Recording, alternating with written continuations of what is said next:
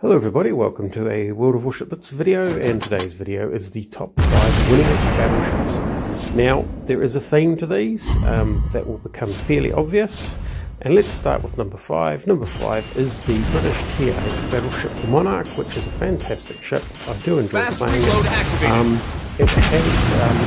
I find it's very well suited for Tier 8 for my playing style. In particular, the excellent HE that it's got means that it's a far more general purpose ship than, let's say, the Tirpitz, because what it's capable of doing is it's pretty effective against most targets. It has a high fire chance, which means that it's fairly good against battleships. Obviously it's good against cruisers because of the calibre of the guns, and with fire and HE most of the time, and my David Beatty commander does have the initial it means that against destroyers, well, it's got that killing power against those destroyers. So it does make for a very, well, I'd say very capable ship at this tier. It's not a great brawler. It is a little bit soft on the armour, and it can get clobbered quite badly. And if you get into sort of battleship on battleship brawl, it's not so good. But what it can do is basically, well, it's a good ship to have in, having the lineup, knocking pieces off the enemy and setting fires. And a lot of the damage is from those fires, because that high fire chance. What'll happen is you'll set some fires, repair kit it out, or they'll use the extinguisher, and then the next fire will stick. And if you're lucky, the next fire might be a couple. Yeah, so definitely a ship I enjoy having in my arsenal. And I enjoy playing it so much that I've put that legendary commander on board. Yeah, so that is the number 5. So we'll soon move on to number 4. Damaged. And number 4 will start to set perhaps the theme, may give it away depending on what on your feeling in the matter. But number 4 is the Warspite. So my original win rate with the Warspite was shocking. The Warspite is, well, I was learning how to be a brawler in German battleships, and, well, the Warspite just doesn't handle that sort of brawling very well. But what it can do is it's fairly agile, it's not that long, so it's not much of a torpedo net, and what it's capable of doing is really good long-range shooting. It has big guns for its tier, and they're reasonably accurate. Yeah, and it's with that sort of manoeuvrability. Now, I haven't built it for speed. I've actually been a bit lazy with the build for my Warspite. So all it's got is you can see how much fun you can have with those guns. All I've really got loaded with this ship is the torpedo damage reduction and the deck protection. But still, if it works and it wins, then there's no point in playing around with it. I have got the historical camouflage for the ship, as I have for the Monarch. All my ships that I really enjoy playing end up getting historical camos, which is probably one of the reasons I don't go past tier 8, because things just get too pricey in silver and blueprints and historical camo costs. So basically, yeah. But anyway, the Warspite was one of the first historical camos I got. An excellent ship. It is a premium, and I did win it out of a crate. But if you are picking a ship that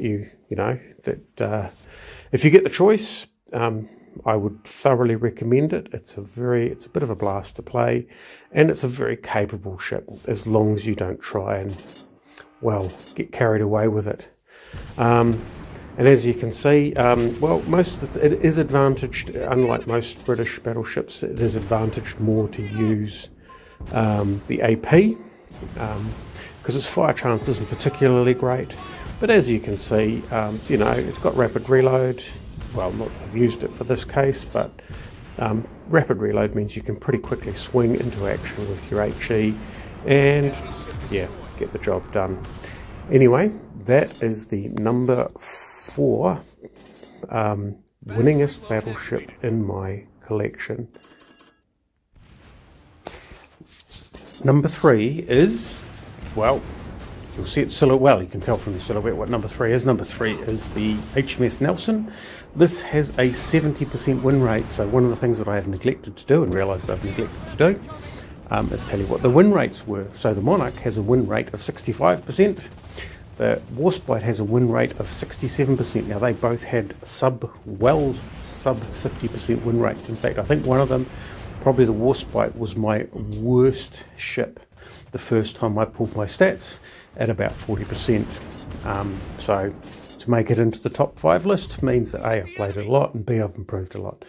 Right, but the Nelson, well, the Nelson is the premium British battleship that has all 3 turrets loaded on the front end. Fortunately, they rotate to the front, unlike the Izumo, which has the rear turret that rotates round past the bridge, which makes it switching targets from side to side particularly onerous. But the Nelson doesn't suffer from that.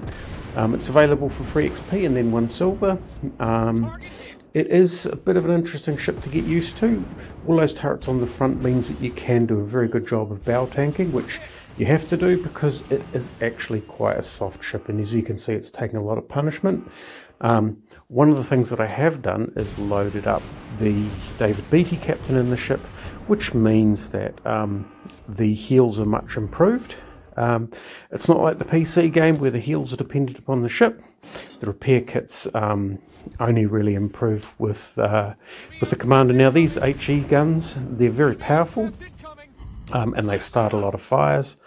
So pretty much you spend it's very unusual to fire AP. I have done it in games before, but the fact that they've got a 19% fire chance, there's 9 of them. The dispersion's not great, but it's not too bad, and you usually get some on target.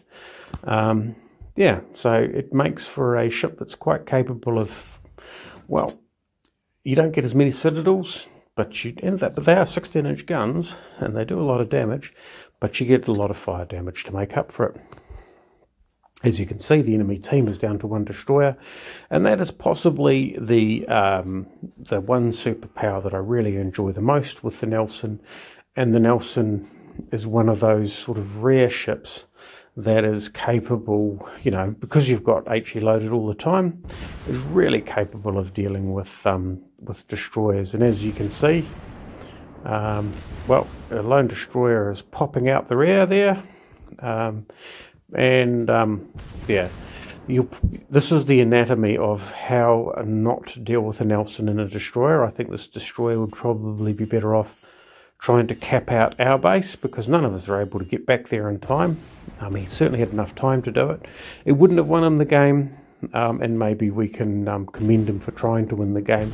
But really, to be fair, he didn't really have much hope, because, well, that's what the Nelson's great at. So 70% win rate in the Nelson.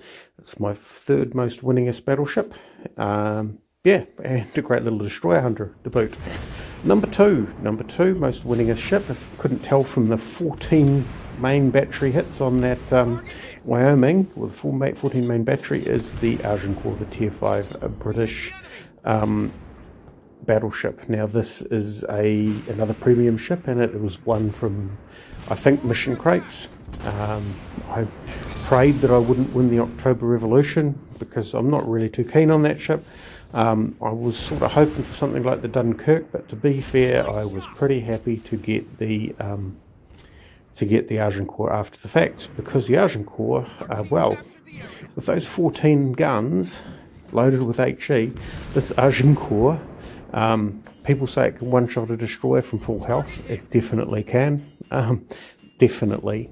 Now those 14-inch guns do struggle against battleships, so it's pretty much the same as all the other British battleship. It is very much a generalist ship, so don't get into a brawl, particularly a close-range brawl with a German battleship. But yeah, keep it at range for battleships, and yeah, you can pretty much take on most targets. It is a little bit more like the Warspite in the fact that its fire chance isn't that great, so you're better off using AP. Yeah, on paper, technically, I think you're better off using AP, but yeah, well, there's enough destroyers around usually that I usually go into battle with HE loaded and switch to AP once it becomes the best thing to do, because sometimes one or two destroyers or a destroyer might have a go at trying to launch their torpedoes, and wearing one salvo of torpedoes, because they usually never get the second one off, is not too bad a trade for taking them out of the game right at the start. Though, to be fair, the other thing to mention about this ship is it's large, it's a bit of a torpedo magnet. It's also armour is a bit soft. I'd like to say it burns easily, but it doesn't burn any easier than any other battleship. It's just we happen to be set on fire in this particular game. But those 14 guns, if they all hit, they can make a real mess of things. So the Agincourt, and it's got nice camo as well. Because I got the historical camo for it, because I am training up David Beattie, who's now a level 11 captain. Yeah, and well, as you can see, 14 main batteries don't go remiss. So that is number 2. Now number 1 is not the Iron Duke, you'll be surprised to know. Everybody probably thought it would be. It is actually the Orion, which I found to be an exceedingly powerful battleship. So the Nelson had 70% win rate, the Agincourt had a 71% win rate, the Orion has an incredible 83% win rate. Now it is tier 4, which explains a lot of that percentage, but yeah, it's just a really finely tuned ship. It is probably, I would consider it one of the more overpowered ship. It is a tech tree ship, but it is probably one of the more overpowered ships in the game. It's got good range, its guns have great fire chance, got reasonable dispersion, and although the ship itself is a little bit soft and takes a bit of a pounding sometimes, the fact is that it really, yeah, it does the business.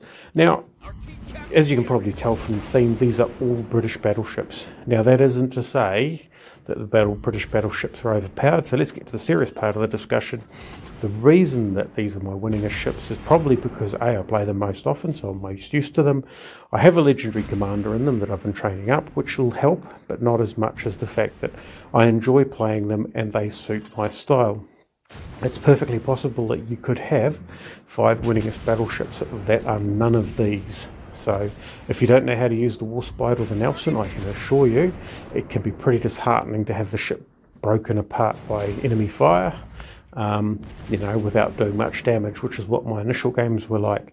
So in some respects, the fact that my top 5 winningest battleships are just British battleships is probably a sign that the game is fairly well balanced, and the preference as a player has more to do with what's the top 5 winningest ships than the ships themselves. Now there are certainly ships that are better than others, like for example the Iron Duke is far more likely to make the list than the King George V, but that's not to say that like the North Carolina, for example, is definitely a very, very capable ship. Perhaps a little bit more of a generalist ship even than the Monarch. The Amagi's, well, people may not like the Amagi much, but the Amagi's got good long-range guns, hard-hitting guns, and as long as you don't get into close range, it does hold its own. So, yeah, as a player, I would probably say that the interesting thing about the top 5 winningest ships is that it proves that, well, what you like and what you enjoy is probably more important than the ship itself. And if you spend the time learning how to use it properly, there may be some lines, in some classes that are better than others, but in general, I would say that yeah, the player is more important, at least in battleship space, than the battleship line itself. Now, you may disagree with me, but I can't imagine that there will be a lot of American battleship captains out there that will have phenomenal win rates in the New Mexico, the Colorado. I've seen extremely good Colorado players. I've seen extremely good Alabama players, very good Bismarck players. Haven't seen fantastic Gneisenau players. Bayerns seem extremely effective Bayern players. So the players are out there who know how to use their line, and if the line suits them, they do well in it.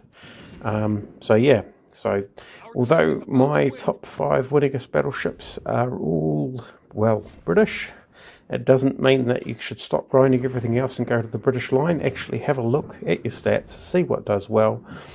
If you can, try and remember how you started out, because obviously the lines you started learning on first will have the poorest performance because, well, if you're anything like me, you learned by getting sunk. So my York, for example, my tier 7 German cruiser will never have a great win rate because it's just carrying far too much baggage of learning how to shoot and play heavy cruisers and the thing. But still, it's much improved now, and that's one of the reasons I'm recording all my stats, so that I can deduct the early stats, see what the later stats are, so that I can actually get an accurate view on what my Winningest ships are. So, anyway, I hope you enjoyed that. I hope you found it valuable. I hope the discussion, well, make comments below. Yeah, interested to hear what you think. Thanks for watching.